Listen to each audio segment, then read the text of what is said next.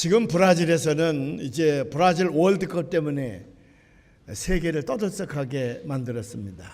근데 사실 저는 개인적으로는 축구를 그렇게 좋아하진 않습니다. 배구나 농구, 야구 이런 걸 좋아하지 축구는 별로 제가 좋아하지 않는데, 그 이유가 뭐냐면 이 축구는 90분 동안 뛰면서도 0대 0일 때가 많아. 0대 0으로 비길 때가 많아. 그러니까 골 넣기가 여간 힘든 게 아니에요. 그러니까 지루하잖아요, 그걸 보려면. 그래서 별로 축구를 안 좋아했는데, 이번에 브라질 월드컵은요, 골이 얼마나 많이 나는지 덕분에 우리도 4대 0으로 진 적도 있잖아요. 예.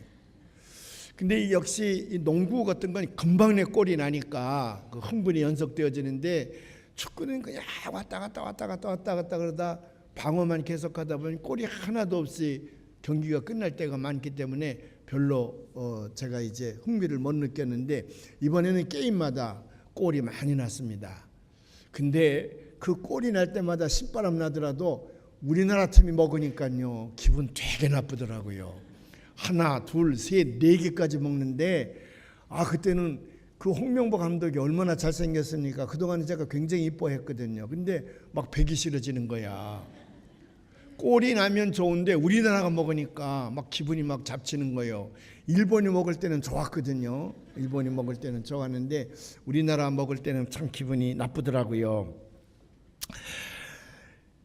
근데 지난 9일 날 말이죠, 축구계에서는 아주 천지가 개벽하는 일이 벌어졌습니다. 여러분 다 보았겠지만, 축구 그러면 세계 정상에 누구를 꼽냐 그러면 맨 먼저 브라질을 꼽거든요. 이 브라질이 그날 몇 개를 먹었냐 그러면 7개를 먹었어요. 독일이 7개를 넣었다고. 야, 제가 새벽기도 오면서 이제 그 3시 40분인가 그때 새벽기도 이제 오는데 경기가 시작이 됐어요. 근데 여기 도착해서 이제 예배실 안으로 들어가려고 하니까 전반전 5개째 볼을 먹는 거야. 전반전에만 5개째요. 근데 KBS 아나운서가 뭐라고 중계하냐면, 이건 정말 잔인한 골입니다 그러더라고요. 얼마나 브라질 국민들에게 수치감을 주는지, 이건 정말 잔인한 골입니다 그래요. 7대1로 나중에 보니까 졌어요 브라질이. 근데 뭐 오늘 아침에 준결승에 아주 3개를 더 먹었다며. 그래가지고 10개를 그냥 순식간에 브라질이 먹어 제낀 거예요. 축구계에서는 이변입니다. 브라질이 그렇게 많은 골을 먹다, 아니면 네이마르가 아무리 경기에 참석하지 못했다 그래도 하나 안 왔다 그래서 그렇게 골을 많이 먹어요. 자, 브라질 같은 나라가 7개를 먹고 나니까 그동안에 홍명보 미워하던 게 그냥 괜찮아졌어요. 뭐 그 정도면 우리나라는 축구가 정상에 이르지 못했거든요. 근데 뭐 브라질이 7개 먹는 판인데 뭐 홍명보 4개 먹은 거 별거 아니더라고요. 그래서 다시 홍명보를 이제 제가 이뻐하기 시작을 했습니다. 자, 축구의 정상에 있는 브라질이 7대1로 졌습니다. 또 3개를 더 먹어서 10개를 2게임에서 먹었다고 하는 것은 보통 수치가 아니거든요. 브라질은 이번 월드컵에서 완전히 날아간 겁니다. 아니, 준결승까지 올라오는 게 이게 대단한 거잖아요. 4강까지 올라오는 게 이게 보통 나라는 못 올라오는 거거든. 우리나라는 4강 된 다음에 7개 먹어도 괜찮아, 우리나라는. 근데 브라질이 4강까지 올라와서 7개를 먹고 나니까 지금까지 쌓아온 공력은 다 무효야. 차라리 예선전에 떨어지는 게 나을 뻔했어. 이게 7개를 먹고 나니까 막 그 국민들이요, 나중에 뉴스 시간에 보니까 막 울어 제끼는데, 야, 그 국치일이에요, 국치일. 브라질이 이렇게 7개 먹고 국치일이 될 만큼 수치를 당했다 그래서 브라질 축구는 영원히 사라질 것인가요? 그렇게 생각하는 사람 있나요? 아무도 없어요. 모두가 다 어떤 생각을 갖냐 그러면, 다음번 월드컵에서는 브라질이 틀림없이 우승할 것이다, 그런 확신을 갖는 사람이 많이 생겼어요. 왜? 사람이 그렇게 생겨 먹었거든. 사람이라는 게 넘어지면 일어서도록 만들어서 하나님께서 우리를 넘어지면 일어서도록. 이번에 브라질이 축구에 대해서 망신을 독독이 당했는데, 아마도요 그 브라질 사람들이 총력을 기울일 겁니다. 이 수치를 극복하기 위해서 오는 4년 동안 전력을 기울일 겁니다. 다음 월드컵에서는요 브라질이 우승할 확률이 큽니다.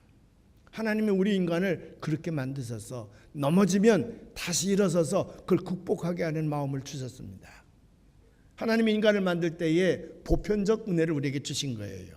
하물며 의인들이야 하나님이 얼마나 잘 보살피시겠습니까? 모든 백성들을 그렇게 만들어 놓으셨는데 다른 사람들은 하나님이 우리의 생명의 주인이신 줄 몰라. 그러나 예수 그리스도의 십자가의 은총으로 구원받은 우리 성도들은 내 생명의 주인이 하나님이신 줄 알고 하나님을 아버지 하나님이라 부르며 찬양하고 경배하고 기도합니다. 이렇게 돌아온 자녀들을 하나님은 얼마나 이뻐하시겠습니까? 하나님에게 제일 큰 영광은 이렇게 돌아온 자식들이거든요. 돌아온 자식들. 그래서 십자가의 은총으로 그 죄를 다 용서하고 하나님의 자녀로 만든 사람들, 그들은 하나님께서 졸지도 아니하시고 주무시지도 아니하시고 지켜주신다고 말씀을 하셨어요. 시편 121편의 말씀 우리가 한번 다 같이 봉독해 보십시다. 제가 굉장히 좋아하는 말씀인데 한번 봉독해 봐요. 여호와께서 너를 실족하지 아니하게 하시며 너를 지키시는 이가 졸지 아니하시리로다. 이스라엘을 지키시는 이는 졸지도 아니하시고 주무시지도 아니하시리로다. 여호와는 너를 지키시는 이시라. 여호와께서 내 오른편에서 내 그늘이 되시나니. 이것보다 더 좋은 말씀이 없어요. 내가 아무리 험한 길을 간다 할지라도 우리 하나님께서 나를 졸지도 아니하시고 주무시지도 아니하시고 나를 지켜주신다 하셨으니 우리가 겁날 게 없습니다. 그래서 우리 하나님은 좋으신 하나님, 너무나도 좋으신 하나님이야. 믿는 자들에게는 더없이 좋으신 하나님입니다. 좋으신 하나님, 좋으신 하나님, 참 좋으신 나의 하나님.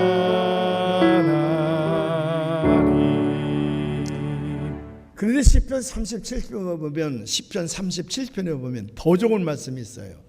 제가 시편 몇 개를 참 좋아하는데 그 중에 하나가 시편 37편이야. 얼마나 좋은 말씀이 여기 있는지 몰라요. 우리 한번 봉독해 보십시다. 20절부터 28절까지 좀 길은데 우리가 한 목소리로 잘 봉독하는 자에게 이와 같은 축복이 임할 줄로 믿습니다. 이걸 소리를 내서 읽지 않는 사람과는 관계없는 말씀이 될지도 몰라. 우리 다 같이 소리내서 한번 읽어보십시다. 악인들은 멸망하고 여호와의 원수들은 어린 양의 기름같이 되어서 연기가 되어 없어지리로다. 악인은 꾸고 갚지 아니하나 의인은 은혜를 베풀고 주는도다. 주의 복을 받은 자들은 땅을 차지하고 주의 저주를 받은 자들은 끊어지리로다. 여호와께서 사람의 걸음을 정하시고 그의 길을 기뻐하시나니 그는 넘어지나 아주 엎드러지지 아니함은 여호와께서 그의 손으로 붙드심이로다. 내가 어려서부터 늙기까지 의인이 버림을 당하거나 그의 자손이 걸식함을 보지 못하였도다. 그는 종일토록 은혜를 베풀고 꾸어주니 그의 자손이 복을 받는도다. 악에서 떠나 선을 행하라. 그리하면 영원히 살리니 여호와께서 정의를 사랑하시고 그의 성도를 버리지 아니하시미로다. 그들은 영원히 보호를 받으나 악인의 자손은 끊어지리로다. 아멘. 그러니까 악인과 의인, 이 세상에 의인은 없다 그랬잖아요. 로마서 3장 10절에 보면 의인은 없는데 얼만큼 없냐? 하나도 없다. 반복적인 걸 이용해서 없다고 말씀하십니다. 그럼 여기 가리키는 의인은 누구냐? 예수 그리스도의 십자가의 은총을 믿고 그 공로로 죄 씻음을 받은 용서받은 하나님의 자녀들, 우리를 말합니다. 용서받은 자녀들, 우리를 말하는 거예요. 우리 의인과 악인이 출발하는 지점은 같아요. 그러나 그 결과는 엄청난 차이가 오는 거예요. 의인은 그의 끝이 흥왕하지만은 악인은 그 끝이 반드시 멸망한다는 거예요. 이 믿음 꼭 가지시기를 주의 이름으로 축원을 합니다. 그런데 우리가 살다 보면 그렇지 않은 것 같아. 의인이 오히려 곤고한 날이 많고 고생하는 것이 많은 것 같아요. 악인들이 더 잘 사는 것 같아. 하나님 믿지 않은 사람들이 훨씬 잘 사는 것 같아. 그럴 때 우리는 그것 때문에 불평이나 시기를 갖게 됩니다. 또 하나님을 원망하기도 합니다. 그러나 하나님은 우리에게 이렇게 말씀하시는 거거든요. 우리 한번 다 같이 봉독해 볼까요? 잠언서 24장 오늘 1절에 있는 말씀입니다. 한번 다 같이 봉독해 보십시다. 너는 악인의 형통함을 부러워하지 말며 그와 함께 있으려고 하지도 말지어다. 그들의 마음은 광포를 품고 그들의 입술은 재앙을 말함이라. 이 잠언 24장과 시편 37편은 이게 쌍둥이 말씀입니다. 아주 내용이 비슷해요. 그래서 이게 쌍둥이장이라 그래요. 우리 시편 37편에도 이렇게 기록되어져 있거든요. 1절 한번 다 같이 봉독해 보십시다. 악을 행하는 자들 때문에 불평하지 말며 불의를 행하는 자들을 시기하지 말지어다. 그들은 풀과 같이 속히 배임을 당할 것이며 푸른 채소와 같이 쇠잔할 것이미로다. 우리가 이제 이 땅에서 70년, 80년 사는 것이 굉장히 길어 보이기도 하지요. 그러나 하나님의 눈, 영원한 눈으로 보면 그거 잠깐입니다. 그래서 성경은 뭐라고 얘기합니까? 인생은 아침에 끼는 안개와 같다. 또는 아침 이슬과 같다. 이 70년, 80년, 90년의 세월을 영원한 눈으로 보면 그거 잠깐이에요. 그 잠깐 동안에 이루어지는 것 가지고 너희들 불평하거나 원망하지 말라고 말이죠. 구원받지 못할 자들은 이 땅에서 아무리 잘 산다 할지라도 그들의 끈은 멸망입니다. 그러나 구원받은 사람, 하나님의 의인이 되는 사람들은 사탄이 덤벼들지 못합니다. 이 땅에 살면서 좀 가난하게 산다 할지라도 그들의 미래는 영원합니다. 하나님께서 그들에게 놀라운 축복을 주시기 때문에 악인들과 비교할 수가 없다는 거거든요. 이 믿음이 여러분들에게 있으시기를 주님의 이름으로 축원을 합니다. 더 크게 아멘. 악인이 고난당하는 것을 원망하지 맙시다. 불평하지 맙시다. 그들의 끝은 여기 뭐라고 얘기했습니까? 풀과 같다. 속히 배임을 당할 것이요 채소와 같다. 쉽게 말라 비틀어질 것이다. 그러나 의인의 영광은 영원할 것이라는 것을 믿으시기를 바랍니다. 그래서 의인은 때로 넘어질 때가 있습니다. 넘어지지요. 우리가 완전한 사람이 아닌데. 그러나 겁낼 것이 없어. 왜? 하나님께서 의로운 손으로 우리를 붙들어 주신다 그러셨거든요. 시편 37편 24절의 말씀, 제가 제일 좋아하는 말씀인데 큰 소리로 한번 봉독해 보십시다. 그는 넘어지나 아주 엎드러지지 아니함은 여호와께서 그의 손으로 붙드심이로다. 그래서 제가 미국에서 유학 갔을 때에 기숙사에 제 책상 앞에다가 이 시편 37편의 말씀을 큰 글자로 써붙이고요. 공부 들어갈 때마다 학교 갈 때마다 그걸 한 번씩 외우고 갔습니다. 이 말씀이 제게 얼마나 힘을 주었는지 몰라요. 이 세상에 사는 모든 사람들은 넘어지게 마련입니다. 우리는 불완전한 존재가 아닙니까? 넘어지지 않는 사람은 없습니다. 우리는 다 실패합니다. 실수도 합니다. 죄도 짓습니다. 그렇지 않다고 말하는 사람이 있다 그러면 그들은 모두가 다 거짓말장애입니다.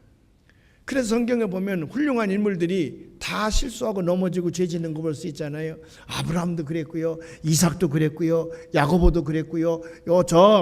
다윗도 그랬고요. 베드로도 그랬고요. 바울도 그랬고요. 넘어지지 않은 사람이 없습니다. 그러나 그들이 왜 성서의 주인공이 됐느냐? 일어섰기 때문에 그래요. 하나님이 그들을 일으켜 세우셨기 때문에 그래. 우리가 일어나고자 하면 하나님이 금방 달려오셔서 우리를 이렇게 세워주시는 줄로 믿습니다. 38년 동안이나 중풍병자 된 사람에게 찾아가셔서 내가 낫기를 원하느냐? 그러면서 하시는 말씀이 네 자리를 들고 일어나 걸어라 가는 거예요. 성전 미문에서 나면서부터 안진뱅이가 된 자가 구걸하고 있었습니다. 베드로가 지나갈 때 돈 몇 푼 구걸을 했지만 베드로가 그에게 말하기를 내게 은과 금은 없으나 내게 있는 것으로 내게 명하노니 나사렛 예수 그리스도 이름으로 일어나 걸어라. 그가 벌떡 뛰어서 벌떡 일어나 뛰면서 성전에 올라가서 주님을 찬양했다 그랬습니다. 우리 주님은 우리를 이렇게 세워주시는 분임을 믿으시기를 바랍니다. 일어나 내 자리를 들고 걸어가거라. 왜 넘어져서 거기서 멈춰 있느냐? 일어나거라. 일어나 걸어라. 내가 새 힘을 주리니 일어나 너도 걸어라. 내 너를 도우리. 나의 등 뒤에서 나를 도우시는 주 나의 인생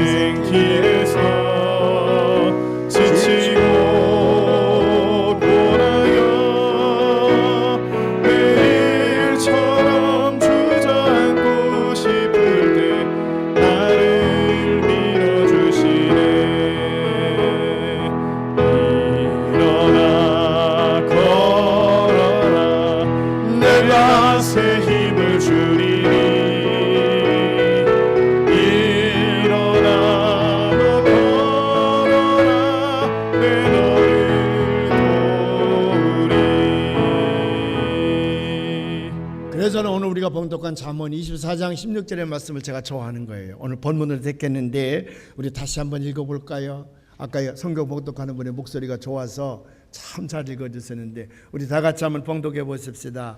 대저의인은 7번 넘어질지라도 다시 일어나려니와 악인은 재앙으로 말미암아 엎드러지느니라. 요걸 7전팔기라 그런다 그러잖아요. 7전팔기의 신앙. 우리 의인들이 가지고 있는 것은 7전팔기의 신앙입니다.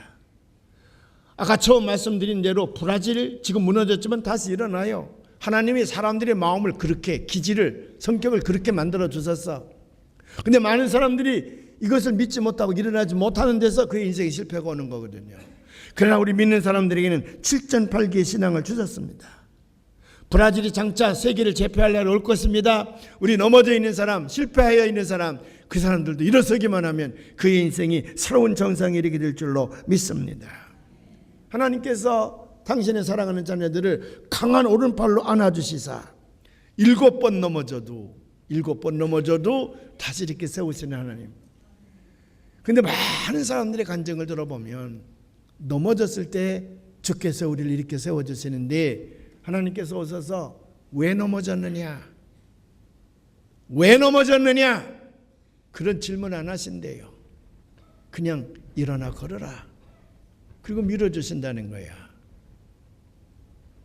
We fall 7 times. 7번 떨어져도 we rise again. 다시 일어설 수가 있다는 거거든요. 시편 37편에서는 이렇게 말씀하고 있거든요. 한번 다 같이 봉독해 볼까요? 24 아까 우리가 봉독한 말씀인데 그는 넘어지나 아주 엎드러지지 아니함은 여호와께서 그의 손으로 붙드심이로다. 제가 너무 좋아해서 시시때때 여러분들에게 이 말씀 드리잖아요. 그는 넘어지나 아주 엎드러지지 아니함은, 넘어지는 것과 엎드러지는 것 차이를 말씀을 드렸습니다. 넘어지는 건 곤투시합에서 다운당하는 거라 그래서 다운당하는 거, 엎드러지는 것은 KO, 낙아웃 당하는 거예요. 우리 의인들도 하나님이 눈동자처럼 보살피지만은 넘어질 때가 있습니다. 다운될 때가 있습니다. 그러나 다운됐다고 우리가 지는 거 아니야. 곤투시합을 보면 한 번 다운당하면 1점을 뺏기게 되어 있습니다.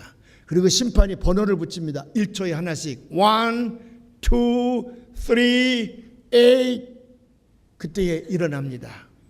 일어나서 다시 싸우면 1점 뺏기고 시작하는 거야. 그러나 아직 게임은 끝나지 않았습니다. 아직도 자기가 지은 게 아니야. 1회전, 2회전, 3회전, 4회전, 5회전, 6회전, 7회전, 8회전, 9회전, 10회전, 11회전까지 다운당했어. 매번 다운당했어. 내가 11점을 뺏겼어. 그래도 진 것은 아니에요. 12회전이 됐습니다. 내가 정신을 바짝 차리고 상대방이 공격이 들어올 때 내가 그걸 받아쳤어. 그랬더니 급소를 맞고 그가 쓰러졌습니다. 심판이 가서 그를 향해 번호를 붙입니다. 1, 9, 10. 못 일어났어. 내가 11번 다운당했다 할지라도 12번째 그놈을 내가 KO시켰으면 내가 이기는 거예요. 여기 그 말이에요. 넘어지나, 하나님의 자들을 때로는 넘어지나 실수할 수 있습니다. 실패할 수 있습니다. 죄를 지을 수도 있습니다. 넘어지나 아주 엎드러지지 아니하면, KO 당하지 아니하면 주께서 오른팔로 우리를, 의로운 손으로 우리를 붙들고 계시미로다. 주께서 우리를 붙들고 있기 까닭에 우리 넘어지지만, 다운되지만은 다시 일어날 수가 있다고 하는 얘기예요. 인생이 잘 나갈 때도 있지만 꼬일 때가 얼마나 많습니까? 내가 본의 아니게 실수를 저지르거나 본의 아니게 모함을 받아서 내 인생에 꼬여질 때가 얼마나 많이 있습니까? 이 세상은 믿을 만한 게 없지 않습니까? 믿었던 사람들에게 또 배신당하고 그래서 내가 넘어질 때가 얼마나 많이 있습니까? 근데 성경의 모든 사람들이 부잣집에서 태어나서 잘 먹고 잘 살다가 잘 죽었더라, 그래서 성경의 주인공이 된 사람이 있습니까? 없어요. 모두가 다 여러 번 넘어집니다. 넘어지고 또 넘어지고 또 넘어지는데 어떻게 해서 그들이 거룩한 성경의 주인공이 됐느냐? 거룩한 하나님을 의지하고 일어섰기 때문에 그래요. 일어서는 사람들, 그들이 승리하는 사람이요, 그들이 역사를 만들어가는 사람입니다. 유명한 작가이면서 철학자인 웨인 콜데이라는 사람이 있습니다. 그 사람이 성공에 이르는 자세, 그런 책을 쓰게 됐는데 그 책에서 그는 이렇게 얘기합니다.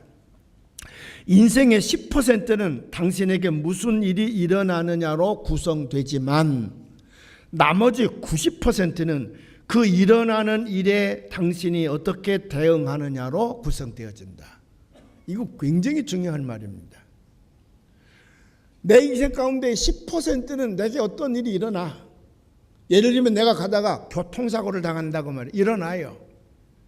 똑같이 교통사고를 당해서 다리가 다 부러졌어. 그러나 그 인생의 성공과 실패는 교통당한 것으로 말미암아 그가 실패하는 것이 아니라 그 다음에 어떻게 대응하느냐. 리스폰스가 뭐냐. 리스폰스가 어떻게 대응하느냐에 따라서 달라진다는 거예요. 고대에서는 다시 이렇게 얘기합니다. 인생의 실패는 넘어질 때 오는 것이 아니라 다시 일어나기를 거부할 때에 찾아온다. 넘어질 수 있죠. 넘어졌다고 해서 인생이 실패하는 것이 아니라 인생이 실패하는 것은 어디냐 그러면 넘어진 다음에 다시 일어나기를 거부할 때에 그에게 실패가 찾아온다고 말이죠. 우리 방석정 박사님 여기 계신데 저보다 1년 선배로이자 신학교를 졸업하신 분인데 제가 신학교 다닐 때에 독일어 이제 그룹을 스터디 그룹을 만들었습니다. 저분이 독일어를 잘하기 때문에 우리 반장이에요. 그래서 우리 6, 7명이 이제 독일어 스터디 그룹을 만들었습니다. 우리는 독일어를 잘 못하는데 고등학교 때는 배우지도 못해서 아베체레 겨우 해가지고 지금 하는데 저 어른이요. 그 신학교 2학년 학생인데 파우스트라는 거 있잖아요. 파우스트라는 거. 저는 지금 한국말로 번역된 거 읽어도 이해가 잘 안 돼. 그거 괴테가 썼다는데 굉장히 어렵거든요. 그 책이 철학서적과 마찬가지이기 때문에. 근데 저분이 그 파우스트를 가져와서 우리 독일어 스터디반에서 그걸 막 읽고 번역하는 거예요. 그 새끼 맞게 번역했는지는 모르겠어. 그때 우리가 다 모르는 판이니까. 근데 그걸 하시는 거야. 그래서 제가 물었죠. 아니 선배님은 어떻게 독일을 그렇게 잘하십니까? 그랬더니 저분이 건국대학 들어갔다 폐결핵에 걸렸답니다. 폐결핵 중증 환자로 요양소에 들어갔다 했습니다. 그리고 요양소에서 오랫동안 요양하는 동안에 거기서 독일어를 공부했다는 거예요. 똑같은 분이 있습니다. 윤성범 박사님이라는 분도 조직신학 교수였는데 아주 훌륭한 목사님이시죠. 그분도 독일어를 얼마나 잘하시는지 몰라요. 그분도 자기가 독일어를 그렇게 잘할 수 있게 된 것은 그분도 역시 폐결핵에 걸렸어요. 요양소에 간 적이 있답니다. 거기 밥만 먹고 편히 쉬는 거니까 그 자리에서 열심히 독일어를 공부했더니 일본에 유학 갔을 때에 당신이 독일어 책을 번역한 걸 가지고 일본 대학 교수가 가르쳤다는 거예요. 어떤 사람들은 폐결핵으로 요양소에 가면 나 이제 망했구나, 내가 불치병에 걸렸구나, 눈물을 흘리며 원망하고 불평하면서 그 인생을 파멸해리게 할 것입니다. 그러나 어떤 사람은 그 폐결핵에 걸려서 요양하는 동안에 자기에게 주어진 시간을 잘 선용을 해서 잘 반응을 해서 위대한 학자가 되잖아요. 우리 방석정 박사님도 독일로 유학 가서 박사학위를 해가지고 와서 신학교 교수로 일생을 보내지 않았습니까? 그러니까 코데이르스 말대로 실패는 넘어질 때 오는 것이 아니라 다시 일어나기를 거부할 때 찾아온다는 이 얘기, 우리에게 얼마나 귀감이 되는지 모릅니다. 그런데 하나님께서 우리에게 그 원리를 가르쳐 주시는 거예요. 우리가 7번 넘어진다 할지라도 다시 일어날 수가 있어. 우리가 힘이 없어 못 일어나면 일어나겠다고는 의지만 있으면 하나님께서 우리 손잡아 다시 이렇게 세워주시는 줄로 믿으시기를 바랍니다. 넘어졌을 때에 내가 일어날 힘이 없어, 도저히 혼자 일어날 힘이 없어, 그때 누구를 찾느냐 그러면 하나님을 찾는 거예요. 하나님을 찾고 하나님을 의지하고 하나님에게 손을 내밀면 이미 나를 향해 뻗으신 주의 손길이 우리를 세워주시는 줄로 믿습니다. 여러분이 갈멜산에서 엘리야가 바알스인과 아세라 목상을 섬기는 제사장 850명과 대결을 하지 않습니까? 군중들이 다 둘러서 있습니다. 자, 그래서 바알스과 아세라 목상을 섬기는 이 우상을 섬기는 제사장들에게 먼저 하라 그래요. 그래서 제사 장작개비를 쌌습니다. 위에다 소를 잡아 올려놨습니다. 약볕이 내려지는데 거기서 주문을 해옵니다. 이제 그들 나름대로 기도를 하는 거지. 그러나 그 우상인데 무슨 효과가 있겠어? 하루 종일 해도 아무런 반응이 나타나지 않는 거예요. 그들이 주문해 오기를 마침에 이제 엘리야가 쌓은 제단이 있습니다. 나무를 쌓았습니다. 위에다가 소를 잡아놨습니다. 엘리야가 또랑을 파라 그래요. 그냥 물을 채우라 그래요. 재물에다가도 물을 흠뻑 주라 그래요. 그리고 여호와 하나님 앞에 불을 달라 기도합니다. 그때 하늘에서 불이 내려서 그 온 산 전체를 다 불살라고 하나님께서 그 제사를 받으셨어. 그때에 엘리야가 소리를 지릅니다. 백성들아, 어느 때까지 너희들이 머뭇거리겠느냐? 여호와 하나님이 살아계신 하나님인 줄 알면 저 우상을 섬긴 제사장들을 없애거라.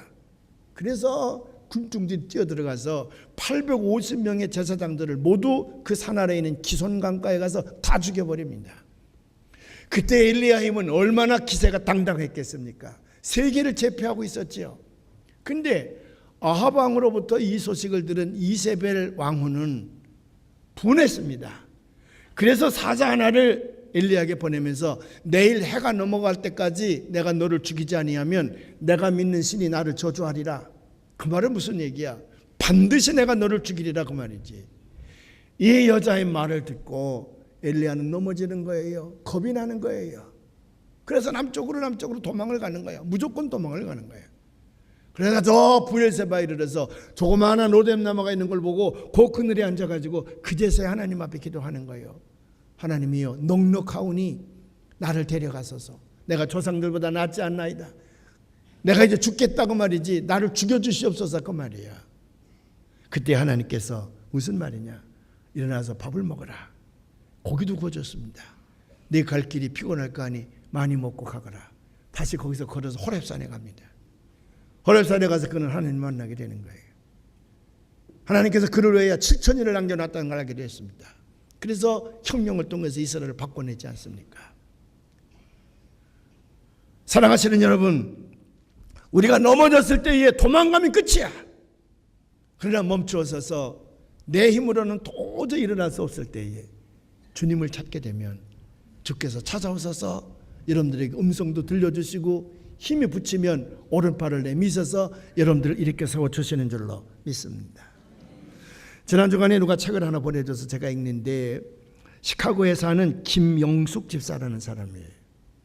남편이 굉장히 똑똑하답니다. 너무 똑똑해서 교회는 한 번도 안 간다는 거예요. 너나 믿으라 그러고 이 사람은 무신론자였답니다.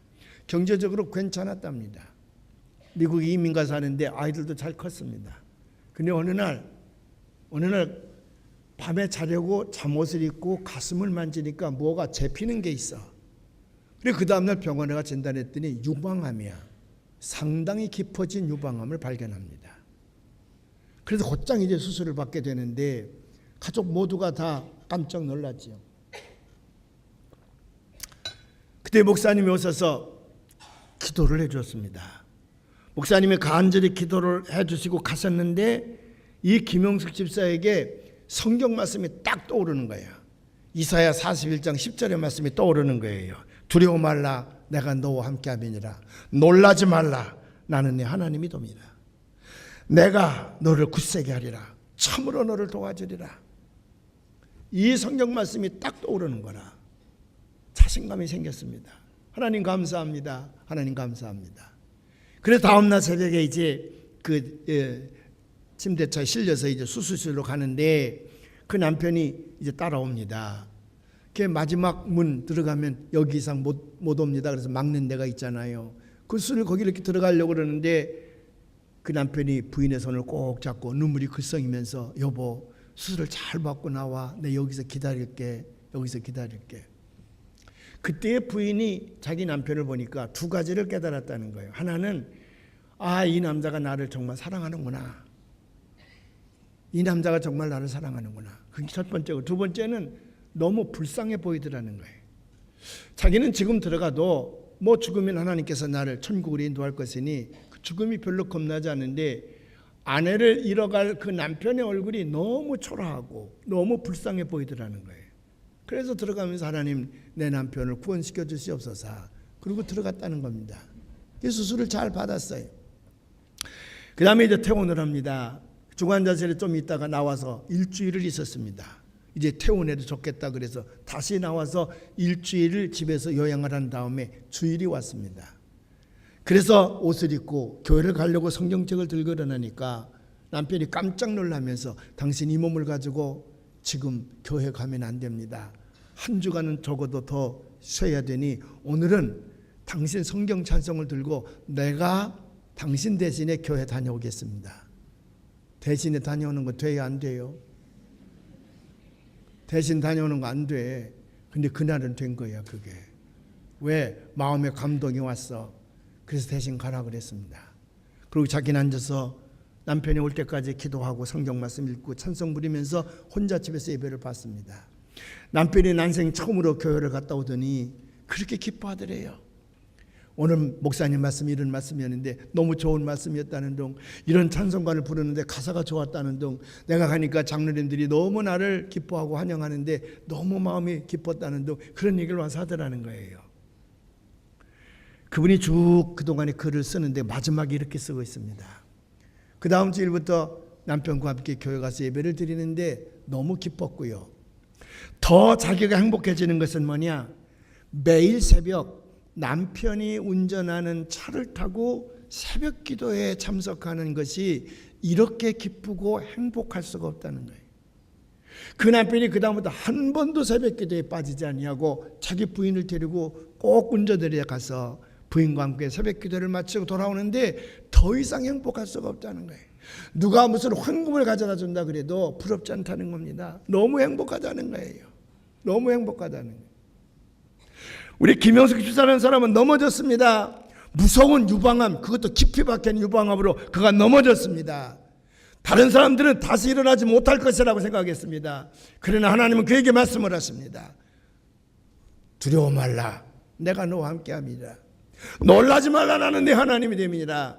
네 남편을 내가 책임지겠다는 거지. 넘어졌으나 새 세상이, 새로운 인생이 김영숙 집사에게 펼쳐진 것입니다. 여러분, 악인의 형통을 부러워하지 말라 그러지 않습니까? 그 애가 같이 있지도 말라 그러지 않았습니까? 왜? 그들은요, 마음이 강포를 품고 있는 자들이요, 마른 풀과 같다. 언제 배임을 당할지 모른다고 말이에요. 택함 받은 자들에게 주시는 하나님의 그 놀라운 축복이 여러분에게 있음을 믿으시기를 바랍니다. 그전에도 내가 삼순이 얘기 한번 드린 적이 있죠. 삼순이 못 듣는 사람에서 내가 다시 한번 어제 생각이 나서 얘기 좀 하려고 그래요. 삼순이는 큰 호텔의 파티샤예요. 빵을 굽는 파티샤예요. 삼순이 생각 안 납니까? 한 10년 전에 MBC에서 아주 히트친 드라마인데 여러분 기도하느라고 못 본 모양이야 아마. 근데 누구를 사랑하냐면 그 삼돌이를 사랑하는데, 삼돌이는 그 호텔이 이제 할머니 것인데 그 호텔의 상속자예요.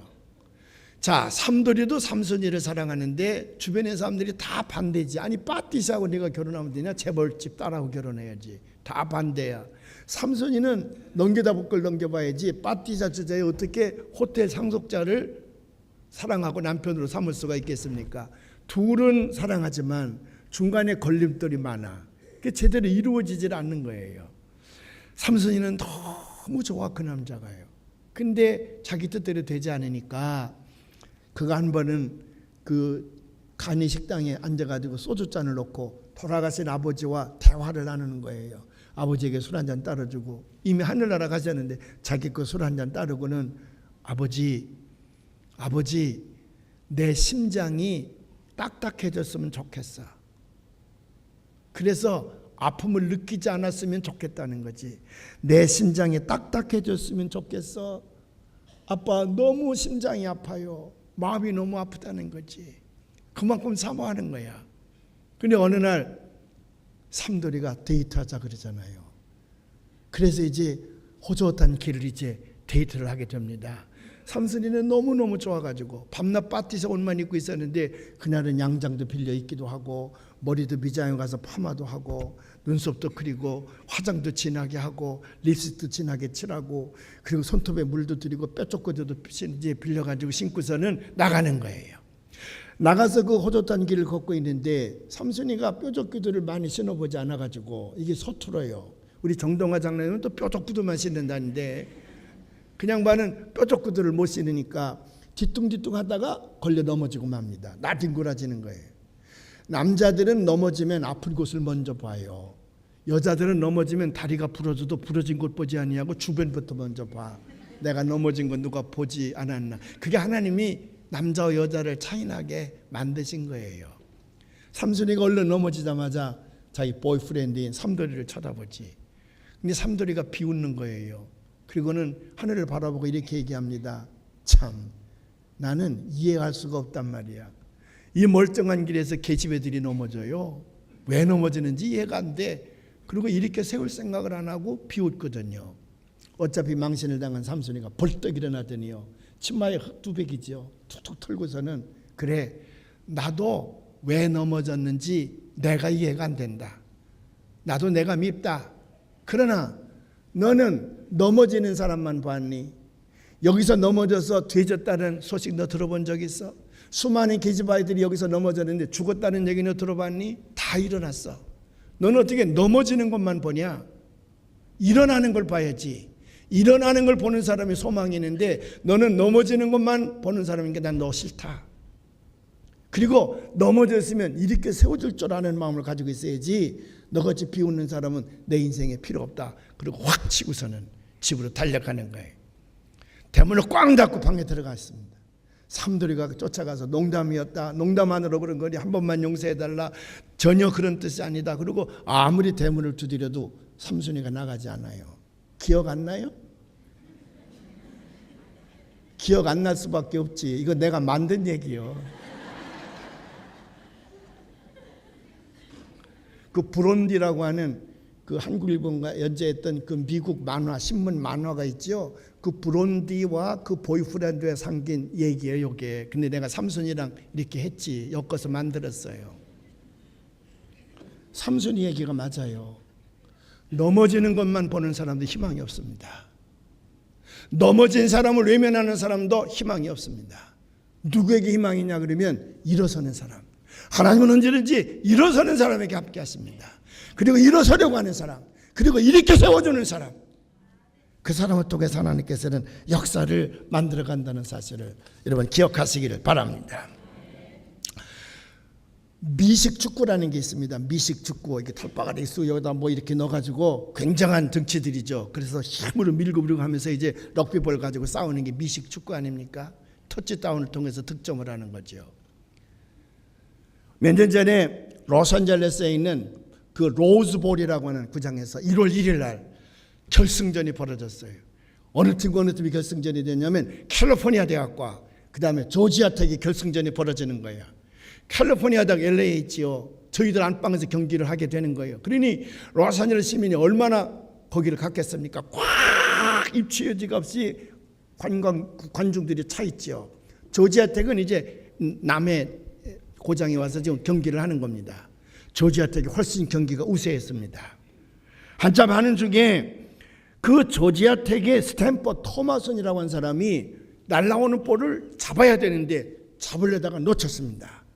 그 놓치는 바람에 달려들어서 여러 사람이 잡으려고 했지만 캘리포니아 대학의 선수였던 로이 리젤스가 그 공을 거머쥐게 됐습니다. 그러고 나더니 이 친구가 그 공을 잡고요, 바람처럼 뛰기 시작을 하는 거야. 막 뛰어 가서 터치다운하면 이기는 거잖아요. 막 뛰는데 뭐 관중들의 환호 소리가 굉장합니다. 근데 문제가 생겼어. 적진의 골을 향해 달려가야 되는데 방향 감각을 잃고 저희 골을 향해서 달려가는 거야 지금. 그러니까 동료들이 달라붙어가지고 야 로이 바꿔 그쪽이 아니야 그래도 이 로이는 들리지 않아. 로이 리젤슨이 그 얘기가 들리지 않아. 격려의 응원의 소리로 들리는 거예요. 그래서 거의 터치다운 금액 도착을 했는데 자기 팀 동료가 강한 태클을 걸어서 넘겨뜨립니다. 터치다운을 못했어. 그러나 거기다 놓고 차니까 2점을 쉽게 잃고 말았지. 조지아 텍이 2점을 얻었습니다. 모든 해설가들은 조지아 텍이 우승한다 그랬어요. 전반전이 끝나고 들어왔습니다. 아무도 말을 거는 사람이 없습니다. 선수들 모두가 이거 기가 막힌 일 아니야. 이게 제 집에다 갖다 불을 질거나 마찬가지니까 안방에서 말이에요. 코치도 아무 얘기도 안 하는 거예요. 그냥 15분이 어떻게 지나갔는지 몰라요. 그런 다음에 후반전 시작하는 종이 울리기 시작을 합니다. 그때 코치 이름이 누구냐면 닙스 프라이즈라고 하는 사람인데 그는 일어서더니 전반전에 뛴 모든 선수들이 다 나가 다시 뛴다. 선수들이 이해가 안 가는 거예요. 왜? 로이 리젤스는 빼야지. 그런 멍청한 놈을 또 데리고 나오는데 후보 선수가 많은데 모두가 이해가 안 되는 거예요. 입이 다 나왔습니다. 다 나갔는데 이 리젤스만 머리를 감싸고 앉아 있는 거예요. 그때 닙스 프라이스가 그에게 달려가서 야, 내 말 안 들려? 전반전에 뛴 선수가 나가 뛰는 거란 말이야. 빨리 나가. 그랬더니 리젤스가 울면서 이렇게 얘기합니다. 코치님, 저는 정말 나갈 수가 없습니다. 팀 동료들을 마주볼 면목도 없고요. 저는 코치님을 얼마나 실망시켰습니까? 저는 우리 팀을 망신시켰습니다. 우리 학교의 체문을 다 구겨놨습니다. 관중들에게 저는 못할 짓을 했습니다. 정말로 저는 나갈 수가 없습니다. 울면서 감싸고 앉아서 일어나질 않았습니다. 그때 닙스 프라이스가 가서 그를 번쩍 세웠습니다. 야, 이놈아, 게임은 아직 끝나지 않았어. 게임은 끝나지 않았어. 네 분한 마음을 이제부터 가서 해보란 말이야. 그리고 확 뜯어밀었어.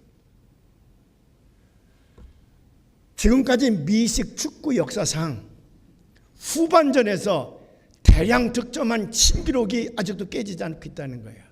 그리고 이 리젤스가 바람처럼 뛰고 있으니까 그 팀 동료들이 얼마나 신바람이 나는지 결승전에서 최다 득점을 하고 캘리포니아 대학이 우승을 했습니다. 모든 평론가들은 조지아 텍이 우승할 거라고 그랬는데 전반전 게임을 해보니까 형편없어. 더군다나 미친놈 다 있잖아. 저희 골문을 향해 달려가는 놈도 있으니까 이건 털면서 패할 것이라 그랬는데 그 후반전의 성적이요, 미국 미식 축구 역사상 지금까지도 신기록으로 나와 있다는 거예요. 그래서 무슨 그 전당에 가보면 리젤스의 상과 이 닙스 프라이스의 위대한 코치, 그래서 그들의 이 반신상이 거기 있다는 거거든요. 그래요. 우리 하나님 우리의 코치이십니다. 우리의 감독이시거든요. 우리가 넘어졌을 때에 너 이제 끝났다 그렇게 말씀하시지 않습니다. 일어나거라. 아직 내 인생의 게임은 끝나지 않았어. 일어나란 말이야. 가서 뛰란 말이야. 그 힘을 가지고 뛰라고 말이야. 내 인생을 다시 만들으라고 말이야. 7번 넘어지고 9번 넘어지고 10번 넘어져도 왜 넘어졌느냐 묻지 않았습니다. 일어나 뛰란 말이야. 기도하십시다. 하나님 아버지, 연약하여 넘어질 때가 얼마나 많이 있는지 모릅니다. 7번 넘어진다 할지라도 주께서 다시 우리를 이렇게 세워주신다 말씀하셨으니 일어나는 자 되게 해주시옵소서. 이렇게 세우는 자가 되게 해주시옵소서. 예수님 이름으로 기도하옵나이다. 아멘.